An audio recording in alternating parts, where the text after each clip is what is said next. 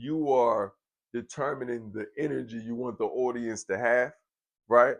And you're also guiding the energy you want the interviewee to have. You're doing a lot. So it's a lot of responsibility being the interviewer, right? It's a lot of responsibility.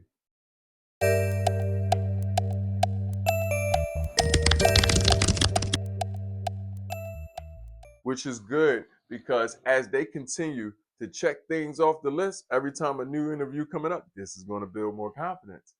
This is why when you see good interviewers, right, they are different from their first video to their sixth to their seventh, right? But around like the 10th, 11th, 12th, they get a consistency, right? Because they learned. And they learned that this is a formula I don't even have to add or adjust to. This is just this, right? Checking the things off the list. I got my physicals, right? I got my spirit. I got my mind. Know my mind need to be. Know what questions. The mind is for referring to the questions. Know what questions I need to ask, right? Even if I had to relook them and rethink them and ask them out loud to myself, right? To make sure that, you know what I'm saying, that I like the question. I don't want to be the questions matter because you want to ask a question that really leads to some value. That's what I mean. That's the work. We want to ask a question that really leads to some value. We want to just be asking questions to get this person talking, right? Because if Picasso, the interviewee, and we start asking about some paint, he'll go long-winded on some paint. That's really what he do. It's really what he do, right? So we want to ask the right questions, like what made you choose these type of paints? Why do these colors relate to these colors? And seeing them through your lens, share with us, right? Your perspective on these colors, using gel colors versus floral colors pulled right from plants. And why would you choose the gel that got more plastic in it and so on and so forth over the floral, right? That has more longevity in the ecosystem. Why you choose? I'm curious of this perspective, right? So it'd be good to genuinely have great questions that lead to value, right? Value. So sometimes you'll have questions prepared, maybe 3 to 6, right? Questions prepared. But at other times, we may be crossing T's and dotting I's, but like, you know what? That may be a little longer. I can reframe it this way, right? That I can get smack dab into the source of the value. Okay, it's nothing wrong with rewriting the same question 7 times. I rewrite the question 7 times. I rewrite things so many times. I reshoot things so many times, right? Because you can never do it. You can never. It's always room for improvement, right? I learned that from one of my mentees. They said, "Don't do it once, don't do it twice, do it 3 times, then produce the fourth or the fifth version." That's right. That you remember that, especially when you forming your questions, right? And 1, 2, meditate on it. 3, let me just see it. Let me just try again if I wanted to. Okay, 4, I like 4. They had 4 had enough practice, right? 3 had more practice than 2. So yes, remembering those attributes. Last thing, this is most important. Having fun, right? Having fun is important when you not only when you're interviewing, but having fun is important when you're engaging with the public and with people. Okay, because we need to also deliver an experience. And this has a lot to do with how I want to leave you feeling, right? Now, I understand how you're going to feel, right? Now, I'm going to add other variables and different things, such as my personality, such as the personality of the interviewee, such as, right, all of what you've seen is going to add to what you feel. But I also want to, right, capsulize the way you feel with you leaving, right, with the whole experience, right? This experience is going to be cultivated, right, by the amount of fun we're having doing what we're doing. Okay. So the more fun the interviewee is having, the interviewer is having, the better experience that the person watching, the viewer, who has allowed us to come into their homes. I take it very serious when it comes to viewing people on the television, viewing people right on mobile devices, computers, and tablets. Doesn't matter. Wherever you're viewing these people at, they let you into somewhere personal, in their office, in their homes, somewhere personal. Yes. So they're including you in their homes, right? and you're including them into this experience, they're hoping to cultivate an entirely another experience and feeling because it was a reason they clicked on the video, right? It was a reason that they reached and sought for something, right? Maybe they were wondering how to navigate from one mindset or one mind state to another. Maybe they were wondering how to overcome fear and the fear of failures. Maybe they was wondering how to cultivate more confidence within themselves. Maybe they were wondering how to step into their purpose. Whatever the case may be, the experience will be easier to easier their experience would be easier to capitalize and it feel when they know that you're having fun, right? When the interviewer, well, excuse me, when the audience can feel the fun, they can feel the genuineness, right, of it. So mistakes aren't bad when you making mistakes is part of it, right? Mistakes aren't bad when you being the best interviewer that you want to be, right?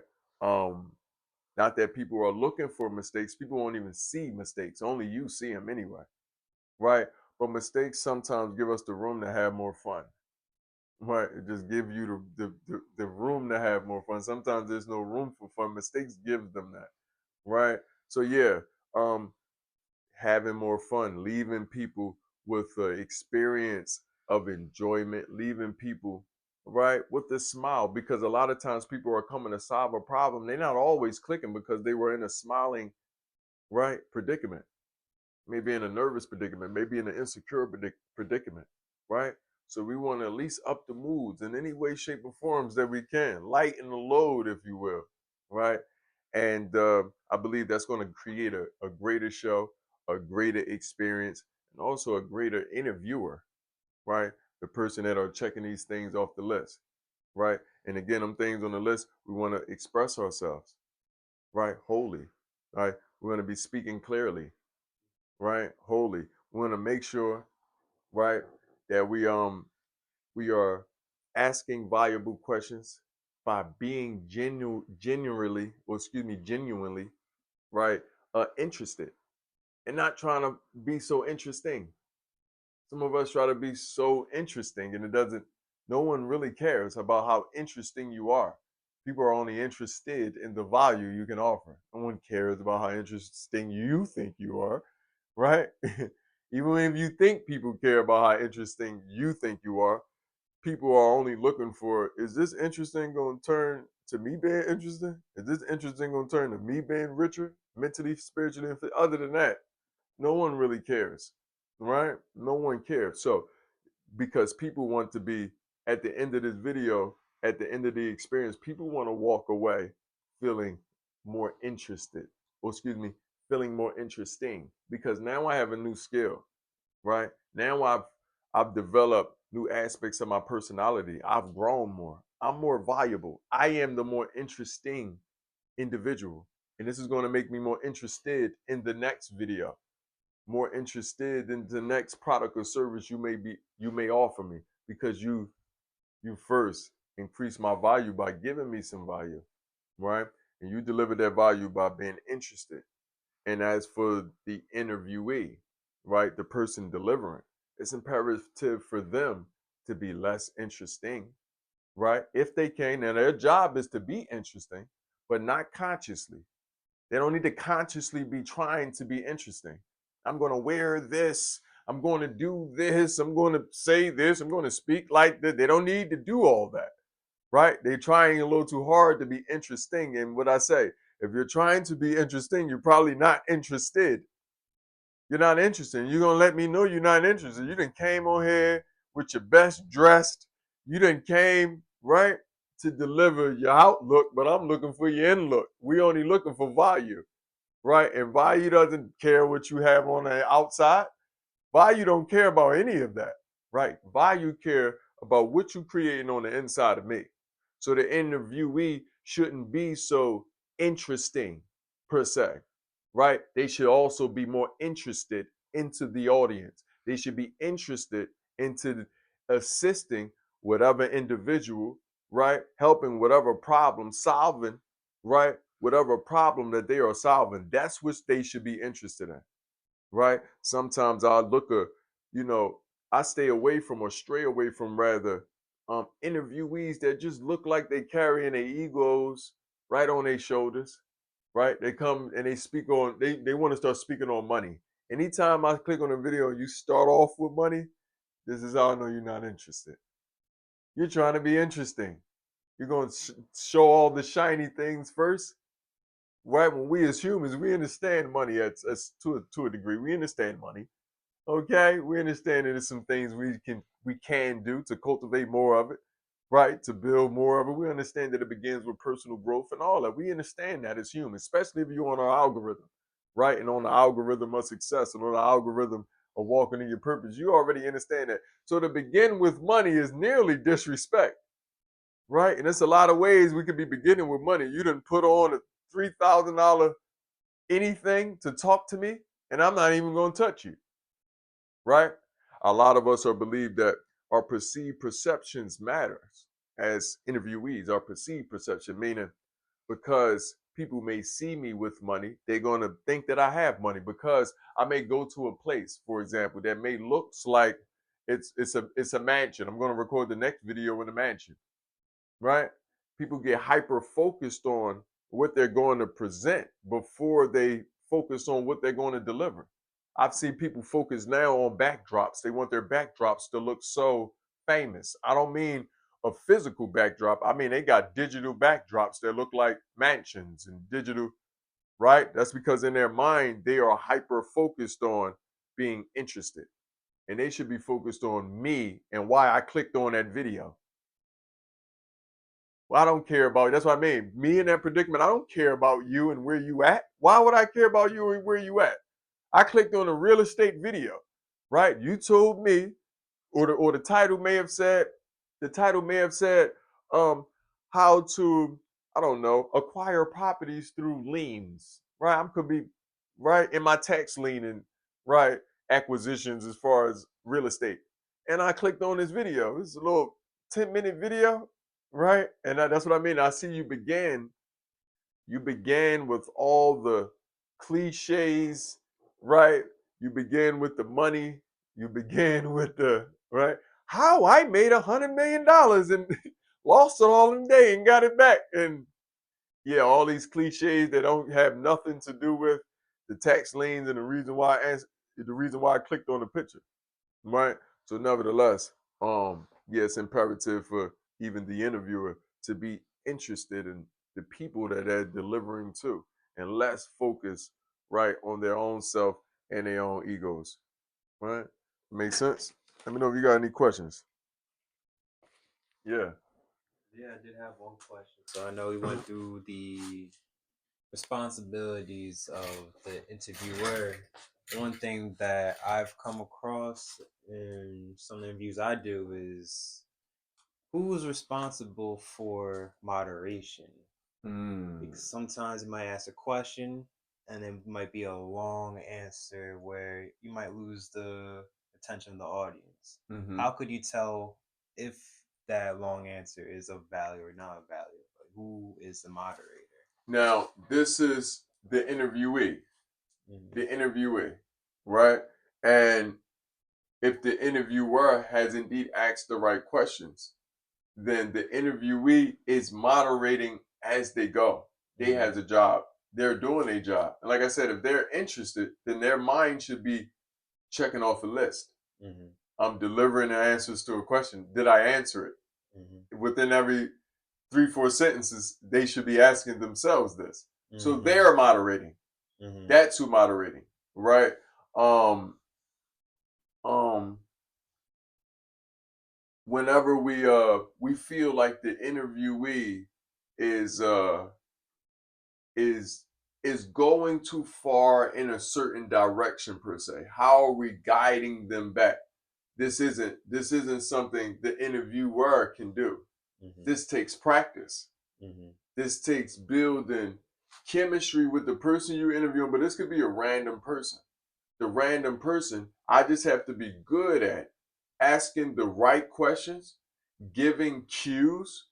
Okay, the successful move in cues. We don't have time for you to deliver no information.